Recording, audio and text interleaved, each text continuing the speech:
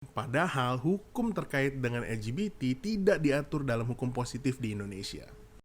Beberapa waktu yang lalu, Pengadilan Militer di Semarang memberhentikan anggotanya yang terbukti memiliki preferensi seksual penyuka sesama jenis atau LGBT.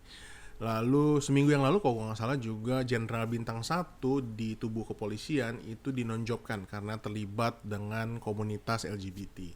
Dari situ timbul rumor yang berkembang bahwa adanya komunitas LGBT di dalam tubuh TNI dan Polri. Bukan cuma di Indonesia sih sebenarnya, di negara Amerika Serikat yang begitu bebasnya saja untuk membicarakan LGBT, ada LGBT Parade, ada Gay Pride, itu ngomongin LGBT di dalam tubuh militer mereka merupakan sesuatu hal yang masih tabu ternyata.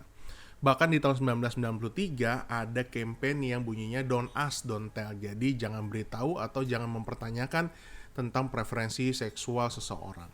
Hingga saat ini sebenarnya Trump juga tidak memberhentikan mereka yang LGBT, tetapi melarang transgender untuk bergabung atau melayani di tubuh militer.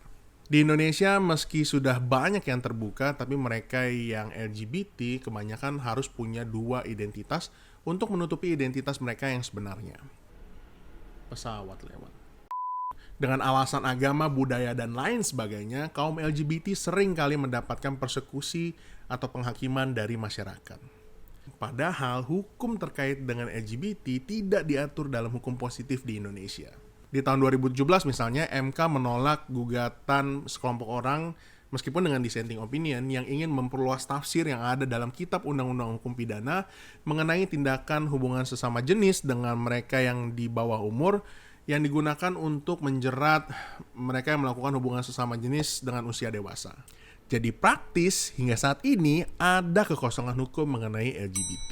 Tetapi hal tersebut bukan berarti Indonesia mendukung mengenai LGBT.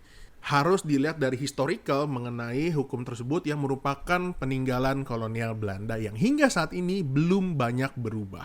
Beberapa waktu yang lalu, Pope Francis membuat sebuah keputusan yang bisa dibilang kontroversial / revolusioner dalam sejarah Katolik yang berumur hampir 2000 tahun sejak Pope pertama Saint Peter kalau nggak salah di tahun 30-an.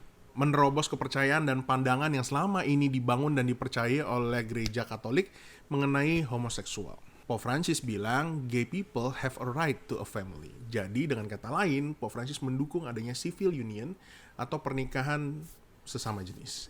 Apakah terobosan itu akan terjadi di Indonesia? I leave it to you.